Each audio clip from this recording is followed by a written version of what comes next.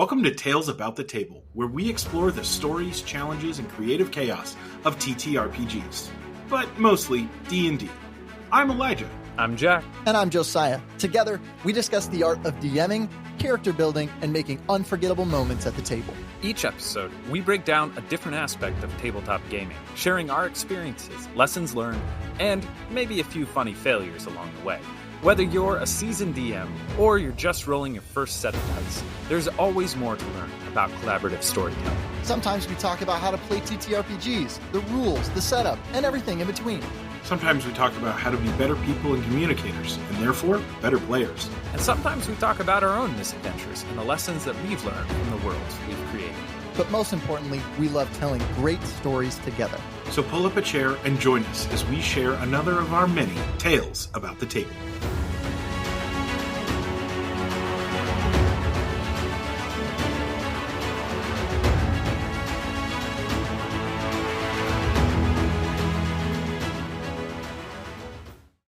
Hey, welcome back to Tales About the Table.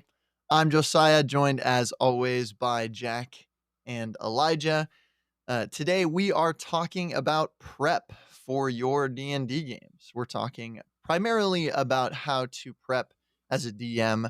We're going to get into what it looks like to get ready to run a campaign, run a session, run a one-shot. We're gonna dig into a little bit of those things, talking about all of the different details as much as we can in this short amount of time to go through how do you start that process? What are the things you should be focusing on? How do you really know where you're going and all of those types of things? Talking a little bit about what works for us and what advice we might have as you try to do that. So as we talk through this, we're gonna do our best to try to be helpful, but also, talk through some of the things that we care about when it comes to prepping. So to get us started off, we're gonna go ahead and jump right in with our first question, which is, what is worth prepping and what isn't? As you look at getting into a session and you're getting ready to prep. You've got your players coming in.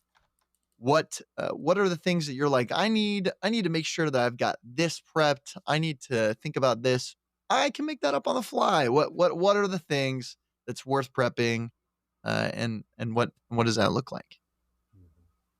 I will jump in and go first because I think the really interesting thing about this is like it will vary for each of us, I think, because for me, like, and this is going to sound really dumb, I have to prep NPCs really well. Like I have to be like, okay, I know who this character is, what their name is, and I have learned with my parties, it's like I need to write down a list of bartender names and write down a list of bars that if my party is heading into a town of like, hey, need to know that. Um, Weirdly, I don't always need to prep things like combat. Like I can pretty much make up a combat on the fly of like, okay, they're about to like get into combat. I should probably prep something. And so obviously there are times that you do need to prep certain things. Um, but for me personally, what I have found is that I want to prep something that like I know that the party is going to interact with and that I am pretty certain is going to be important. Um, and so I don't really want to spend time prepping something that the party can just walk right by.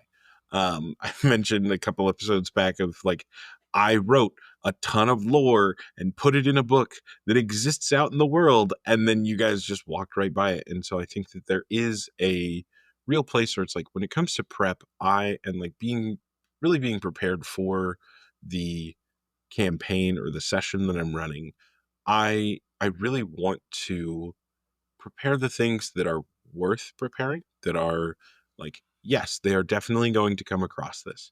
Um, it can be fun to put those little extra things into the world, and to put those small extra pieces that add a little depth to your world into your campaign.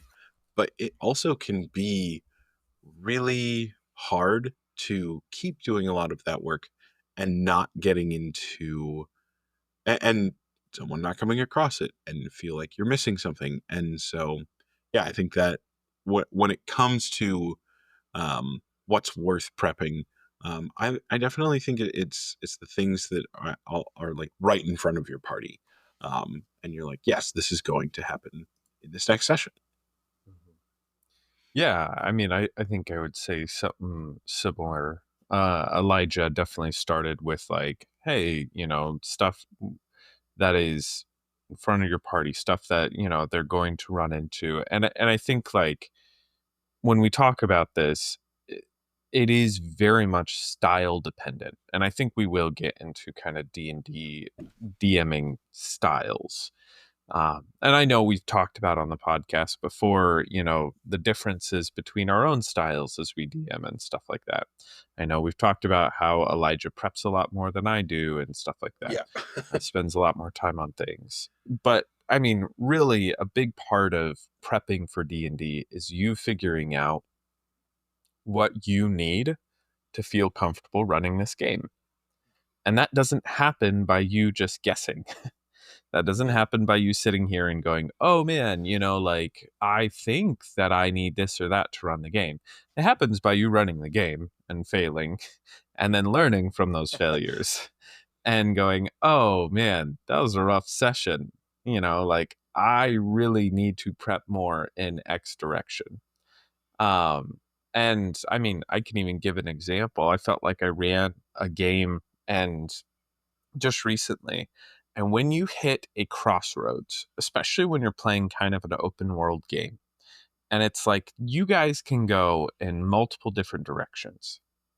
I have to a certain extent, prep every direction you can go, the beginning of every direction you can go, if I am actually going to get there in that session. And I think I, as DM, probably like I hate doing this, but almost need to like filibuster a little bit where it's like I'm going to give you a short in between thing that I can prep that I know you're going to do because I'm going to kind of force you to do it. That isn't maybe super plot relevant, but will help you to make a decision so that next time you've made a decision and I can prep that. Like there definitely is this place where like so anyway, that being an example is like I prepped a bunch of short different directions they could go, and I felt like I ran an awful session because I had to have like 4 or 5 things, and then even that I had to hold them really loosely because it's like I want you guys to be able to decide where you want to go. And then oftentimes I found those sessions are the most frustrating for players because they're like, what do you want out of me? Like, what direction do you want us to go? And it's like, I literally am trying to make it so you don't have a direction you have to go. I'm trying to make it so you can do whatever you want. And they're like, what do you want me to do? And it's like, so anyway, all of that to say, prep is not one of those things. It is not a science. We can give you good advice here. We've been doing this for quite a while. We do this weekly. Most of us, Josiah doesn't do this as much weekly, but we do this fairly regularly. We are running our own campaigns, and we're getting to the point where, like, depending on how you define success, I define success of, can I do this consistently and not be burnt out? Because if it is taking too much time in my week, too much brain space, too much effort, I will get burned out and be like, I gotta stop running D&D, guys. This has been fun, but I'm gonna drop this campaign in the middle here because I'm tired. And so that when we talk about what is and isn't worth prepping, we essentially are saying, what do you need to do to feel comfortable running this game? And what do you need to do to be able to run this game consistently for a long time? Because those two things have to segue in some sort. And then they have to work together, or you have to work with it to be able to figure out where all that comes together so that you can do those two things effectively. So I'd say that's probably where Yeah. the conversation kind of starts for me. Yeah, it's interesting you both sort of highlighted that what's worth prepping and what isn't is dependent on how you DM. Like it really is crucial because for Elijah you were like, "Well, I don't really need to prep a ton of combat because that's not worth prepping for me because that's something I can totally make up on the fly." Um, for Jack, you're like, "Well, I don't really wanna prep every angle because I can kinda move things around, and it actually creates a harder experience for me and for my players, and if I'm over prepping, then I'm spending, like, too much time and I'm getting burnt out, and so I really do think, like, depending on who you are and what you do, your prep is going to look different, and it should look different. Understanding how you play the game, how you run the game is important, and I think is going to help you run better games and have a more efficient prep time. I think for me, um, one thing that I really value is, I like making a game feel polished. If players walk in and they're like, "Wow, I can tell that you did a lot of work." That's I love that experience. That's really fun. And you can get there without without having prepped a ton. You don't have to prep literally everything in order for people to feel like it's very polished. And part of that is just coming in uh, and going into your prep with that perspective in mind. Now, I will say, as a caveat, that I really just run one shots, and I think that there is a big difference between running prepping for a single session where it's going to be a one shot where you're or prepping for a area of a world where you're like, I've prepped for the next 3-ish sessions, and I don't know how long it's gonna take them to get through it, and then is when they get through it, I'll prep for the next area, or, and that looks different when you're prepping for a more campaign as opposed to, I have to prep for one thing, and I need them to start here and have an ending, and I need to prep everything in between because I need them to get from A to B, and that's my goal. It's not, "Well, the session's gonna end somewhere in here, and then we'll start again." This is a one shot. We've gotta get from point A to point B. Yeah. And I think prepping in that way also adds its own challenges because there's a lot of things to keep in mind with, well, how do I make this wrap up in our short session?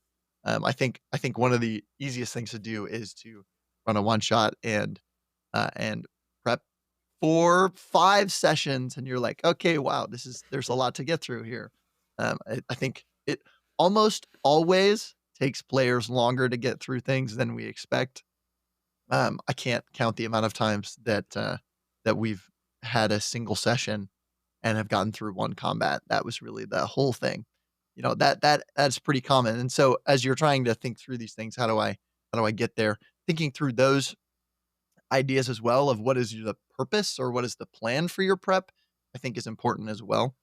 And so there's a lot of different things through that, which I think kind of blends into our next question, which we can kind of just jump into, unless you guys had other things to say. But I think we'll be able to hit Yeah. some of the other The things in only the next question. the only thing that I did want to like add to Mhm. this is like when it comes to prep, like prep is not a laying out the entire details of everything that's going to happen in a Yeah. session.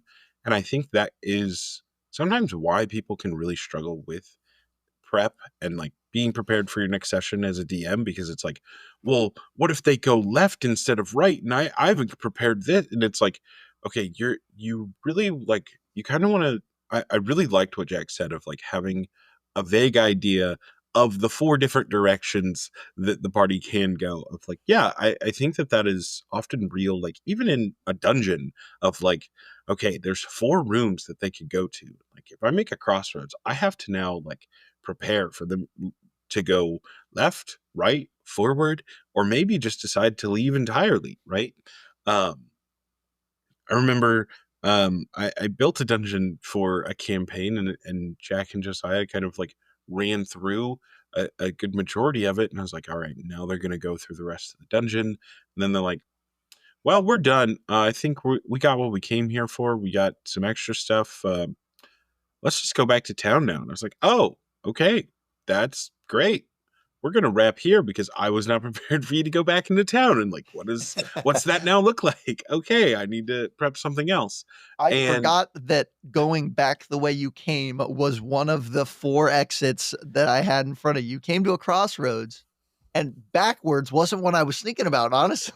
exactly. And so like understand that like prep is not going to be I not to like be discouraging, but prep will not set you up for the entire session. It is not going to be like, oh yeah, and I know everything that's going to happen this session. It's going to go perfectly according to plan. Sometimes that might happen, but that is not a guarantee ever because we're playing D&D and the party will always find a oh, I'm going to start digging a hole down underneath all of the other directions that we're going. It's like, what do you mean you're going to dig a fifth option? That's not helpful at all.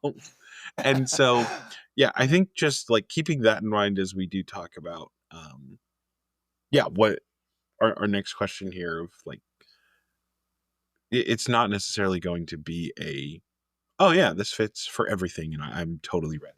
So, Right. Yeah. No, I love that. And then our next question, as we will continue to talk about these things, our next question is just simply, what is your specific process or what's your plan for prep? And I'll kind of start here because I think the previous question of what's worth prepping and what isn't blends into it for me. Like I was talking about how um for me I like it to feel pretty polished. And so asking that question of, well, what makes it feel polished, and what can I come up with on the fly, similar to what Elijah was saying of the I can come up with the combat on the fly. So it's gonna feel polished even if I'm doing that. You know what I mean? And so for me, I'm thinking of those types of things, thinking through those questions, and that really blends into a lot of that prep for me. Um, I know for me, it isn't leaving combat till later. I cannot run a combat immediately.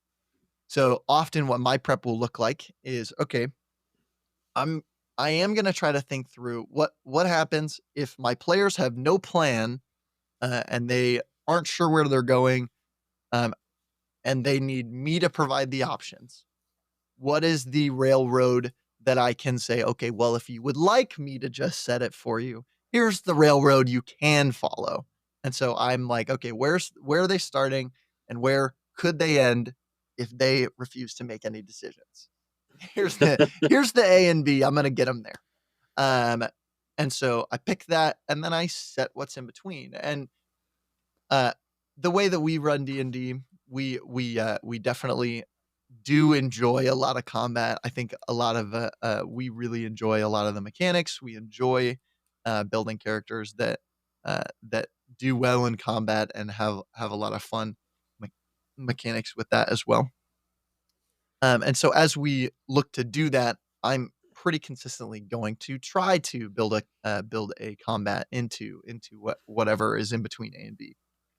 And so I'm gonna prep monsters, honestly, is a big thing for me. And when I say prep monsters, really I mean I'm just gonna look through based on what my setting is, because we could talk about world building as well, but we're gonna kind of just for the basis of this assumption, assume that the world is kind of already built for us, that we're already in the campaign, in the session that is kind of already fleshed out, and we're really just trying to figure out where we're going from there.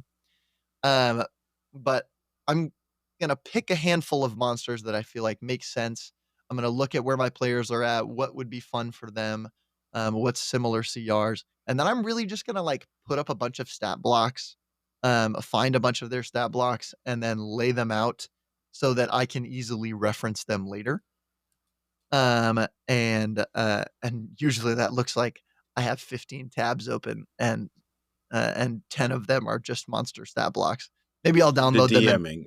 Yeah, maybe I'll download them and put them in a doc so that I can just scroll through my doc and see all my stat blocks. But it kind of just depends. Or maybe I'll just have ChatGPT give me all of the stat blocks. But that's a question for another day. But yeah, so I do a lot of that. I was wondering if we were gonna bring up AI. I don't know if this has the scope here to talk about it, or if we want to talk about that in a different episode. But definitely is interesting topic here. AI is definitely an episode that we keep skirting around, and we do promise at some point we're gonna sit down and talk about it. But we've now promised that we're going to. I'm going to promise. Officially a promise. I know I use it a lot. Yeah, I think it is something that the three of us haven't really talked about in depth enough to be like, yeah, we're ready to put something out on this to the public. And so, like, I think that's part of the reason that we keep kind of skirting around the edges of this. But it is something that exists in prep. All right, just we kind of both jumped on you on the AI. No, totally fine. Keep going. I think, yeah. Well, it was a throwaway line, so I figured it was. I figured it would bring up some. Anyways, yeah. I think AI is useful as a tool and to build your efficiency and speed. That's how I use it. But, anyways, so I prep a lot of that. I think another big thing that I prep is what are the things that I can't prep on the fly. For me, coming up with especially when I value consistency, if I want something to feel polished, names are easy to come up with, but it feels unpolished if you have to come up with it on the spot. They're like, what's the barkeep's name? Geraldine Cummins. That's the name of the barkeep. If you coming up with it where it's clear you didn't know what it was before, is like this isn't an NPC. This is just a person that's here. I can ask this person. My DM might choose to give me some information from this person, but this person wasn't prepped. And that is clear to the players. And maybe you're okay with that being clear to the players. But I will say that that's a choice that you can make. So for me, I don't always one thing that I actually do is I actually just generate a ton of names. I just come up with a bunch of names and write them out all out in a list.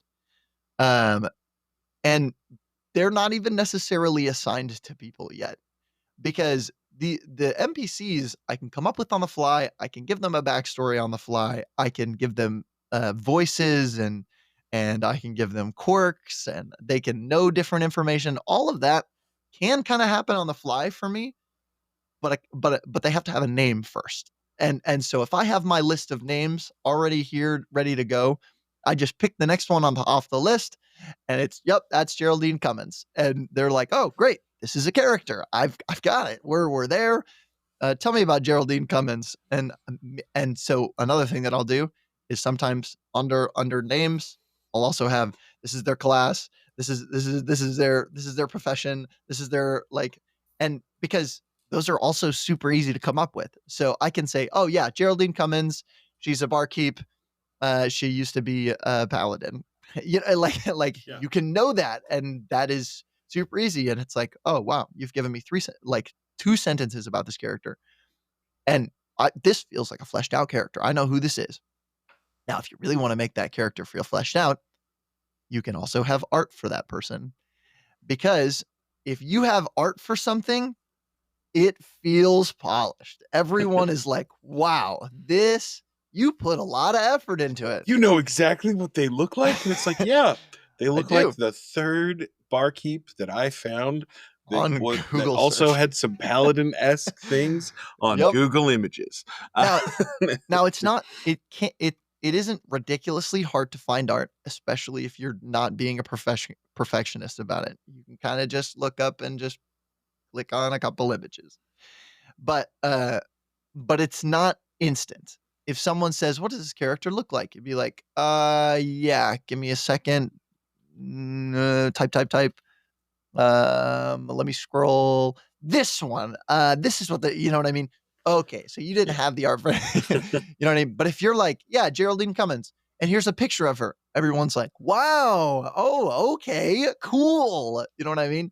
Yeah. So if you have art for your characters, for any of your settings, art for your monsters, especially if I'm prepping monster stat blocks, I already have the monsters ready. Why don't I just look up 5 pictures? Like, let me get a picture for each of these. Most monsters have pictures anyways, so this one's really easy. And just like even items, having pictures of your items if you have those planned. So sometimes I'll pull out items that I'm going to give them, whether they're magic items or different things. If you have art for those things, which is again not super hard, especially if you're not being a perfectionist about it, just being like, yeah, it's fine. It looks like something, makes the game feel really polished. Because information I can come up with on the fly, I cannot create art on the fly. So having any of that prepped ahead of time uh, can definitely push me significantly farther. And I think something that we're going to talk about is this concept that we've talked about once before, and you may have heard like other people talk about this, but the concept of quantum ogres is, hey, this is built here. Well, we go this way, and I didn't tell you it was built there. Now it's built over here. It was in path A. Well, now it's in path B because you guys chose to go down path B, and I had prepped it for over there, but now I'm prepping it for over here. It's a concept that a lot of people have different opinions on, and it's just sort of a natural way to use what you've prepped. With Elijah's book of dark secrets that has thousands of lore, it we didn't get it there. Okay, well, now it's somewhere else in the world then, because I did prep this. There's no reason to leave it in a place that you guys are never going to go back to. Might as well put it somewhere else. And there are different ways to do that that's more right in your face, and there, or as opposed to, okay, you might find this later. Like it's different when you're like, okay, you look down path A and path B. There's an ogre down path A. We're going to go down path B. Okay, there's an ogre down path B now. That feels a little bit more like you moved it to your players. There's different ways to do that. If they moved it, okay, but one of them is an illusion. Okay, I see where we're going with this. So it's whichever one it's down whichever path you didn't go. You are fighting an ogre right now. Yep. And then the last thing I'll say, because I've been rambling here for a while, the last thing I'll say is I like to prep geography, because when it comes to consistency, it's pretty hard to be like, oh, okay, we're going to go down this path. Where does this lead? I don't know. Another town.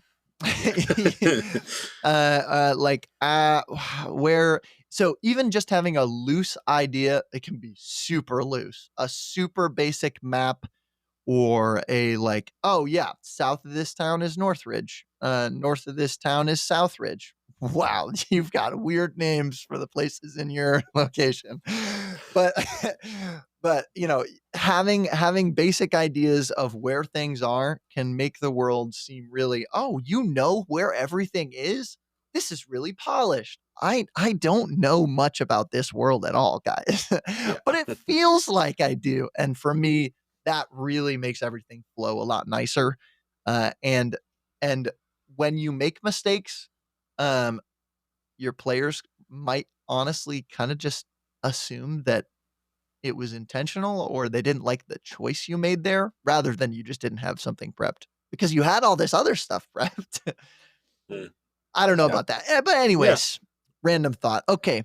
I've talked about my prepping style. I think that last point is very true, because you guys have complimented me on like prepping this was really great. I thought this was awesome. I was like, I improvised that and it has no more depth than what we talked about today in session. So no, I think that's 100% real. Yeah. Jack, you look like you were ready to go, so I'll let you jump on this. Either way, I really don't mind if you had some. Go for it. Yeah, I mean, I would say, the original question, what's your specific process kind of idea for prepping? And I mean, I can't highly recommend this resource enough. The Lazy Dungeon Master's Guide is how I kind of really found my stride DMing. Like, I started out by just watching a ton of Matthew Colville videos. He has a whole like series on YouTube that is like how to be a DM, essentially. It's pretty easy to look up if you want to go watch those. And I actually watched those before I ever played D&D, and then that helped me kind of start running stuff.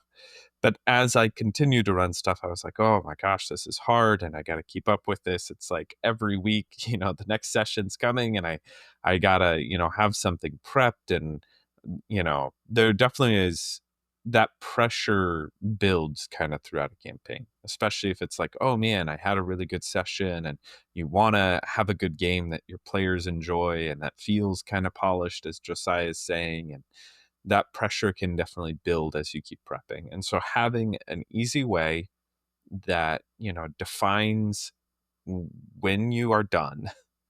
And I really want to emphasize that having a way that defines when you are done prepping is really important. Because if you don't have something that tells you when you're done, then you're never done prepping. And that means that, you can spend as much possible time as you could put into this prepping every week and getting, less and less returns from the hours and hours you put in. And so for me in particular, I do like the Lazy Dungeon Master's Guide. I'm not going to go through all of it, but I am going to emphasize a few points of it. If you want to go through all of it, go buy it. Support Sly Flourish. I actually really respect him as a creator. I think he's really awesome. And his work's really great. It truly, if you kind of follow some of those steps in it and learn how to use the process well, it can cut prep time down for me down to an hour to an hour and a half. And I feel really prepared going into my games. I'm not like, oh gosh, I'm, floundering here. I feel like, nope, pretty much any direction you go, I'm feeling fairly confident about this. And like, I'm excited to see where this goes. So yeah, the few points I want to touch on that I think it does really well. The first one, and what he would say is the most important, is have a strong start. The one part of your campaign that you will always control is the very beginning of it, and the one part of every session that you have more control over is the very beginning of it. When you sit down at the table, to take everybody from being a group of friends sitting around, eating pretzels, laughing, talking about their weeks, to entering into another world and into another character's head is somewhat on you. Not totally, it's everybody's job, but like you are the, writing the inciting incident for this session. And not every session needs to start with like, ooh, big combat or something like that. But you should have something at the beginning of every session that kicks it off a little bit, that gets people started, and gets them into character and gives them something to interact with and begin to do stuff with. And you can start with like a little bit of downtime, but knowing where the action is and knowing how you're going to get there. And action does not have to mean combat, just something for them to interact with that is, some bringing some sort of conflict to light. And that has been really, really helpful for me in my games. That is something I will spend a decent amount of time prepping, is the beginning, because then we will get into things. We will start to have a flow as a group and start to be moving forward. And you can improvise a lot more. The beginning is one of those things where if you don't have it ready, kind of as Josiah was saying, it feels completely unpolished. Your game is just like, well, did you prep anything for this? And so that place where it's like, no, like, yeah, I got something here at the beginning. The other thing I would then say that I really appreciated and take away from his stuff is having 10 secrets and clues that you write for every session. And essentially, this is stuff that your players and their characters can discover about the world. And you don't write where they're going to show up. You just write secrets and clues. And then when you find appropriate places to kind of plug them in, you do. And your world feels incredibly fleshed out. It's like, oh, wow, he has, as you both were kind of saying, he's prepped so much. And it's like, I have prepped. I just didn't prep exactly where you're going to find this. I wrote some of the information that you need to find in this book out. I just didn't say where you were going to find the book or that it was in a book. Maybe an NPC knows that. It needs to be logical. It needs to fit with the world that you have. You can't just put it like, oh, a Why voice does the from the stable sky. master know everything about the Dark Lord and his history? Yeah. I don't really understand that. Mhm. I mean, I'm not upset, but like, how does he know all this? Mhm. He's a cultist. Yeah. And not to say you can't be creative. I don't know. Maybe one of the horses starts talking. You're gonna have to build out why. Ah, You're gonna have I see. that Because seems the more horse reasonable. is a cultist. No. But like oftentimes, and this is kind of a weird thing, having a strange answer is an explanation. I don't know why the stable master would know this, but a talking horse, that feels more reasonable to me. Even though it's crazy, even though you're like, oh gosh, okay. But to have some hidden lore, I mean, if he's a talking horse, he's probably seen some stuff, like there is this place where like there sometimes the absurdity can mask the well, lack of preparation or just some of that stuff. Now, like we talked about in the world building, sometimes you need to put a few turtles underneath that. Like they are going to want to figure out now why this horse is talking. Yeah. But that can be fun, and that can be something you prep in the next session. And I think too, there is a place to deflect um, when you don't have things prepped. Not because it's like, oh man, they're going to know that my world isn't fully fleshed out, but just to be like, you don't have a way to know that information right now, especially when it's reasonable. Even though you're covering for the fact that you don't have that information prepped. And if you did, you might ask for a check or something like that. But in this case, it's just like, you don't have a way to know that. Um, so I do think using some of those tools with your prep, having these secrets and clues, having a strong start, like there are plenty of other things that the lazy dungeon master has a list that it's just like, do these steps. You're prepped for your session now. And I do find that really helpful. And I think there was something in the most recent Dungeon Master's Guide that came out that had kind of a similar, like, here's some, a list for prepping. Yeah. That also could be helpful in that way. I'm going to be honest, like I don't use his exact list every time. He doesn't recommend to use his exact list every time. He is just like, here is a guide to help you kind of learn what is important and what isn't in each session. And, I've really learned I love combat. I really enjoy running sophisticated combats with, multiple different things going on in them. So I try to do that. I will put a little more time and effort into that end of things because I enjoy it and it's fun. That's what I really enjoy doing. I have found that I don't love building out NPCs until I know that they're going to be important. And so I don't especially build out my NPCs until the party latches on to them. If they do latch on, great. I will build that NPC out. It's going to be more fleshed out. Um, but for a lot of NPCs, they, have the bare bones of what I make me comfortable running them. And then I will, design more to them if I need to. And so I think that we talked a lot at the beginning about style. And that's part of the reason we're going through all our specific plans and ideas here. Because style is really important because it informs what is important for your games and not. And it even will inform like the type of games you run. Like for me, my games are often pretty, you know, action adventure. There definitely is going to be a decent amount of combat in them. I am not going to run, very low combat games type idea. They often take place in a more apocalyptic-y setting, something where danger could be a constant present, essentially. Um, Partly because that's the style I enjoy running. I like it when I can have combat make sense pretty easily, very quickly in my games. I like it when I can, have social encounters and NPCs and stuff like that. But we don't have to go to a place to do social encounters and then go to a place to do combat. And then, like I enjoy having games that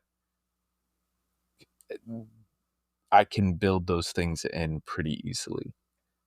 So I could talk a lot more about different aspects of prep, and of course, there's always the picking monsters and choosing magic items, and you know, building those around your players. And we may even do episodes that talk a little bit more about those things in particular. But I think as a general overview, the two things that I think are the best advice I could give you, or even ideas for prepping yourself, would be knowing where you're going to start, knowing what your action is and how you're going to get there, and then just having secrets and clues for them to uncover. That, where do you want the plot to go, what is going on in your world.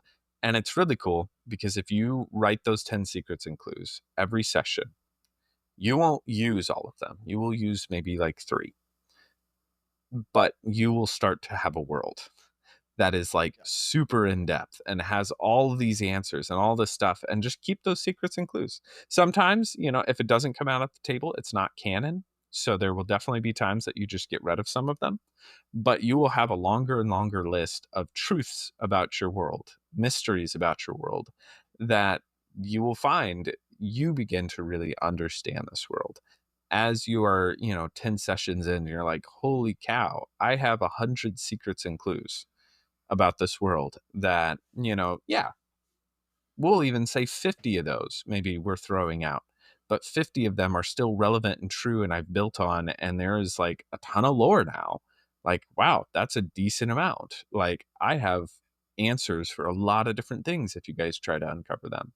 And I do like that gradual building that ends up just being like, wow, I have a lot prepped now simply because I prepped a little every time.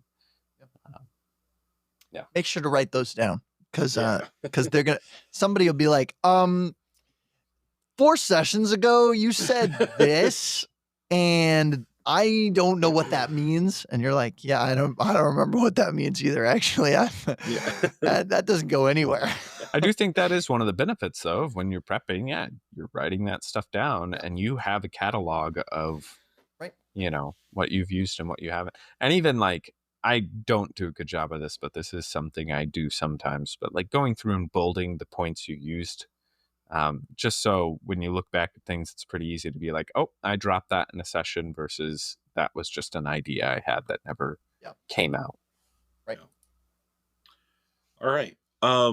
So whatever the opposite of the lazy dungeon master is, that's me. I say that jokingly because I definitely have like started to, I'm working a full-time job. I'm running a couple sessions of D&D every week. I'm also playing in a session of D&D every week, and we're trying to run a podcast.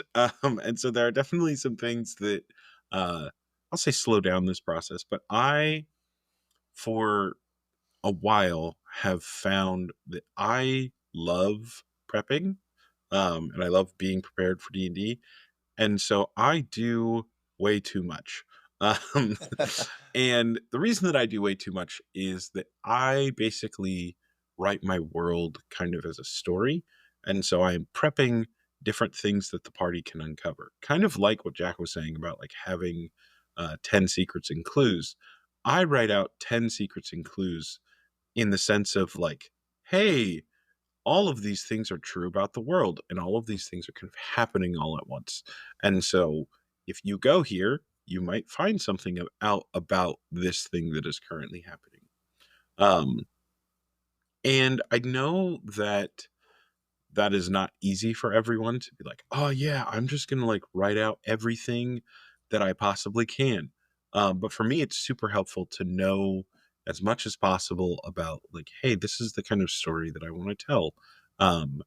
And so when I am prepping for an individual session, typically I have already written out a good amount of plot for like, I know why my party is here, even if they don't know 100% why they're here.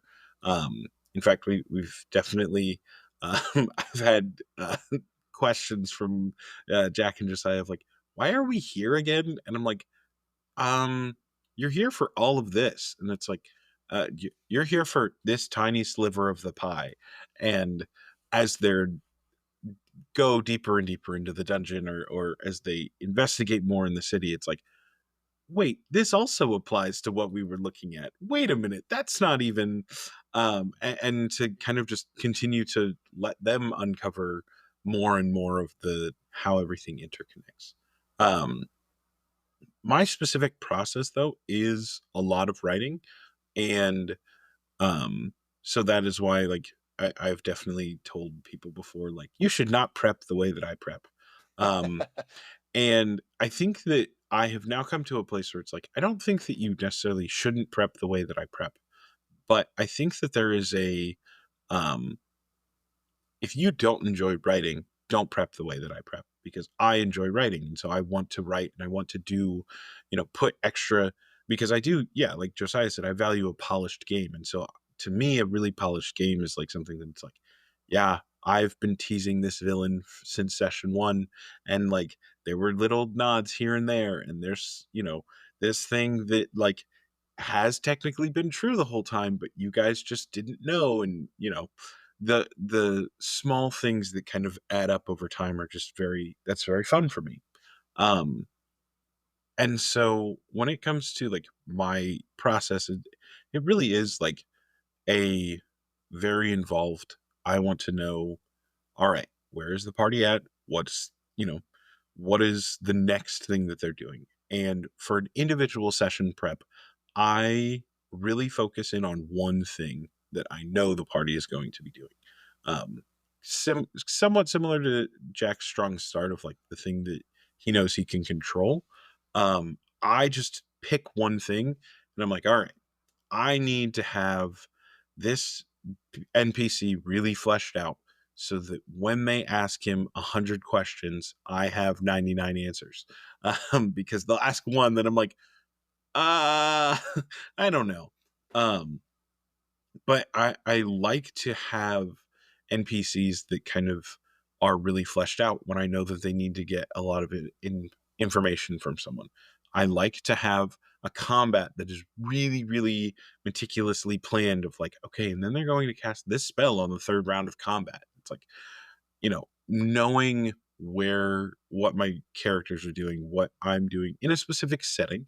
Um, and then knowing my world well enough to almost improvise the rest.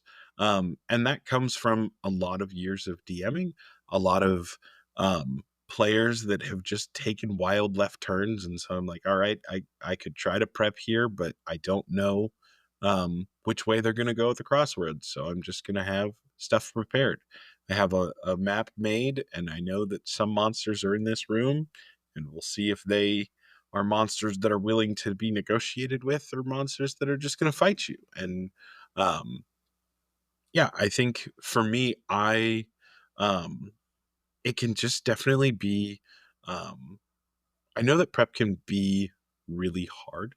And so for me, I want to, whenever I'm feeling really creative, I do extra prep, and I will prep out 4 or 5 sessions so that I know where everything is going. So that way, also, when I'm not feeling really invested or inspired, the next time that I'm sitting down to do prep, I'm ready for this session as well, because I know where the party's going. I know what is happening in the world. Um, and I think a huge part of prep for me is inspiration. Um, Not all of my prep for a D&D session is done at a computer. Sometimes it is in a drive on my way to work, listening to music. Sometimes it is watching a TV show, and I'm like, whoa, this would be so great. Like, there's so much mirroring between this show and like what's going on in my campaign, and I would love for this aspect to exist. Um, and just those little things of like, I want to like always keep adding things to my world. Um I never want a D&D world to feel stagnant for me. And so I just love adding in those little extra pieces. Yeah, and then stealing from Jack and Josiah and what they do as well. And so yeah, I think that like there is definitely a place where um I was having a conversation with someone who was just wanting to start DMing. And I was like, yeah, you should. I was like, this is all the stuff that I do. And they like got this look in their eye of like, I don't think I want to play D&D anymore. And then I was like, okay, let me pause for a second. I have been playing this game for 12, 13 years now. And I enjoy way more of the aspects of this game than a new player and a new DM will. And so I was like, here is like a resource, and know that you can do no wrong when you're DMing. Like you can definitely mess up, you can make mistakes, but like Yep. if you are just trying to DM, like it is such a hard thing that I have found more and more players just appreciate that you are putting in the effort, right? And like I've been playing this game for 12 years and I've had sessions where I'm like, I'm sorry, Jack and Josiah, that was not a good session. They're like, dude, this was great. Had a lot of fun. We're good. And so like it is about having fun. And if you're like, oh man, I can't prep all of this stuff. It's not going to be perfect. It's not going to be polished. That's okay. There are times where we don't have polished sessions. There are times that uh, sometimes I have not. Jack has not had a polished session because of what I did as a player. That I Sure. have been, the problem for not having a polished session of like, oh well, actually, I think I want to do something completely different. It's like, well, that's not helpful at all. And so, um, Yeah. yeah, I think when it comes to like prep, there isn't a line of like, oh man, this is like the right way to do it. Because I think that for DMs, it is what do you feel comfortable with? Do you need more like a whole step by step of like this is what's going to happen in this session roughly? Is it more of a yeah, I got 3 sentences behind this DM screen here, and one of the sentences, uh, "Goblin in a tuxedo?" Question mark. And it's like, what all do you really need Yeah. for prep? And so I think that it is what you feel comfortable with and what you like. Hey, is this enough? Is this too much? Um, and sometimes like I know a friend of mine back from Ohio. He's like, yeah, he goes, I have to have more prepped than I ever use so that I never feel like I'm like he goes, I always get to choose to end the session. I don't have to end a session. And I was like, that's a cool thing. I don't think that I Yeah. want to do that. I like to be like, and this is the end of my prep for the night and scene. Um, but I think that it is a lot of fun to kind of get the differences there and the kind of breadth Mhm. of just all the Yeah. different options there. Can I Go hop ahead, in Joe. real quick? Yeah, I absolutely. wanted to say specifically, I think that something before we, wrap up, before we end, I want to really emphasize like if you haven't, if you are a newer DM, our advice is stuff that we've discovered after DMing for quite a while, even like the Lazy Dungeon Master's Guide. You could start there. I highly recommend trying to DM with maybe just the knowledge of being a player for a while and just the knowledge of having watched some, live plays maybe, and maybe, some advice, maybe stuff like this. Try to DM and try at least once to really over prep and really under prep. And I know that sounds bad because you're going to have two weird sessions when you do it. Yeah. And maybe even try it for multiple sessions. Try doing the under prepping. Show up at the table with Goblin in a tuxedo. And, like show up at the table with like notes and like you have every NPC ready for the session, stuff like that. I highly recommend that experience, like looking back on things, having had both those experience, like those really showed me some of the boundaries and what I enjoyed and what I didn't enjoy, and what was fun for me doing this and what was really, draining for me doing this. And so, especially if you are a new DM, if this is, somebody coming to this podcast and for some reason you started with us, and you're wanting to get into D&D, like, I really would recommend, or wanting to get into dungeon mastering, I would really recommend, like, experimenting a little bit and truly try the complete improv. And I've done that before, and I remember looking back on it and going, huh, that was awful. Like, I didn't enjoy that experience at all. Yeah, we made it through, but like, I don't want to do that again. And I will say I have done the full improv session, and I was like, wow, that was so fun. Like, I felt like there was like no pressure on me as a DM at all, because I didn't have anything that was like, no, you have to get to this spot. And so maybe like you could be on either side of the coin. And I also want to say the session went well. I didn't like it. Like, all my players afterwards were like, that was a great session. And I was like, thanks. I didn't enjoy this. Like, I didn't have fun playing that way. And I've really over prepped. And I'm going to be honest, I didn't enjoy that either. I was like, okay, so I had all this stuff that just didn't go to use. And now we're moving on in a direction I didn't totally anticipate.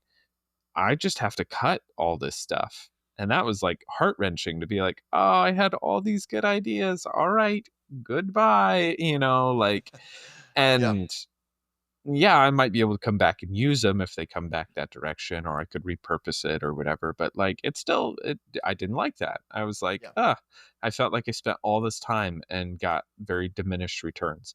And that was where I was able to start building, like, what's important to me? What do I want out of this? And for Elijah, clearly he's had different experiences. He's like, no, I found that I really enjoy this aspect and I don't enjoy that aspect. And that's the whole point of what we're saying. And that's where it's like, I think we've given really good advice, especially for DMs that have some experience. But I think that there is a place where if you don't have experience, advice is awesome. Go get some experience. Like, just do it. And I think what Elijah said, which kind of spurned some of this, was, that idea of like,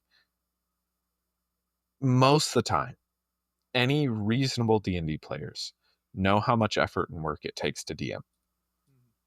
And they will typically respect and celebrate you, whether you've made a lot of mistakes or not in the last session, whether it was all logically consistent and you had all your ducks in a row, or if it was kind of all over the place.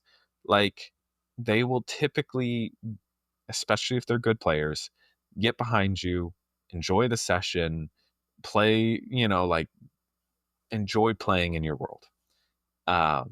And yeah, you don't need to be that scared. And as you start doing it, typically I've found too that there's kind of a bell curve where you start by over prepping, and then you're like, oh, I got a handle on this, and you get way under prepped. And then you're like, oh, I really need to get a handle on this. And as you kind of bounce back and forth between those two, you find what you really enjoy doing.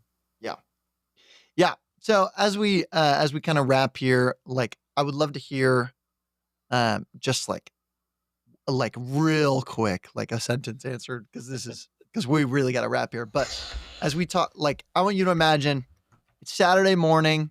You've got all day to play. Your players came over early. It's like 9 a.m. and you're like, oh, hey guys, welcome into my house. I really haven't prepped yet, so we can hang out. But I just need to do a little bit of prep here. They're like, great. We'll get started whenever you're ready. You are now prepping this session, and you have to like prep for your players. How do you know when you're prepped and when it's like, okay, we're good, we can go ahead and start? Like, what's your like bare minimum, and like really try to make it quick. But when I put the question mark on the end of frog tuxedo question mark, you're like, no, yep, I got it. I do think the context of like, if everyone is already there, I will do way less prep. Sure. But I will say, like, I know that I have prepped the right amount. I often think that like I don't know if I've prepped the right amount until the session is over for me, because I never know. Okay, are they going to blast through this? Like, if I put a dungeon in front of you, are you going to like run through everything, or are you going to stop and examine every brick and investigate every crevice and make sure that you know that like, oh, there are 7 mice in this room that have like holed up here, and they like have lived here for 17 years. It's like, how did you find all of this information? But like Yep. knowing exactly like the right amount of prep, I often find at the end of a session, and then I kind of gauge my party Gotcha. from there. Yeah, it definitely varies. But I think as long as I'm comfortable running the game, then I think that I've hit enough prep. Very similar to Elijah. If this were not the scenario you said, and it's just my week to week, it is whenever I feel comfortable running the next session. When there's a time constraint, I like if in that scenario, I'd probably set a timer depending on context, but I'd probably set a timer for an hour and give myself an hour to prep and just be like, all right, do your most important steps. And then if you fly through those because your brain is just, working and you have a good idea of where things were headed and you don't really need to sit and come up with anything great, you can start prepping other stuff. And if not, you at least have those things. So an hour is kind of my minimum, where it's like, if I don't do that, I don't know if I'm going to have fun here. And part of this is me having fun. I'm a player too. But if I have a monster manual, I can do it in 3 minutes. Like I'll figure it out. Whereas for me, I would not enjoy that session. And I'm like, hey, I get to deserve to enjoy playing with you guys as well. So if you want me to run, I need at least an hour. And yeah. All right, Josiah, how about for you? I think for me, it's what I was saying earlier. I'm gonna like throw together some art, get some names, get a map. Like if I've got a map, because if I've already been running this campaign, I will already have a list of names. I'll already have some art. I'll already have a map, and it's just like, okay, I'm gonna pull a couple monster stat blocks. I'm gonna have really, I'm gonna prep a loose encounter. I'm gonna say, okay, this is what we're doing. And as long as I have that encounter that I like know I'm going to throw at them, I think I'm actually pretty good. And then I'm kind of just going to wing it from there. But then again, also haven't DM'd a campaign. So I'm mostly talking from one shots and then, some guesses about how I would do things. I feel like this scenario has happened to you though quite often, where it's like, hey, we want to play. We got together in person, like, can you prep a session in like, an hour and run it for us? Yeah, here we go. Yeah. So I love it. Just prep the stuff. Anyways, this has been super fun. I hope this has been a helpful conversation. As always, we don't have all the right answers. We don't have all the answers at all, but we have some things that we can say. We love playing this game. We love talking about it. So thanks for joining us today as we talked about prepping, and I hope you'll join us again next time. So it's been super fun.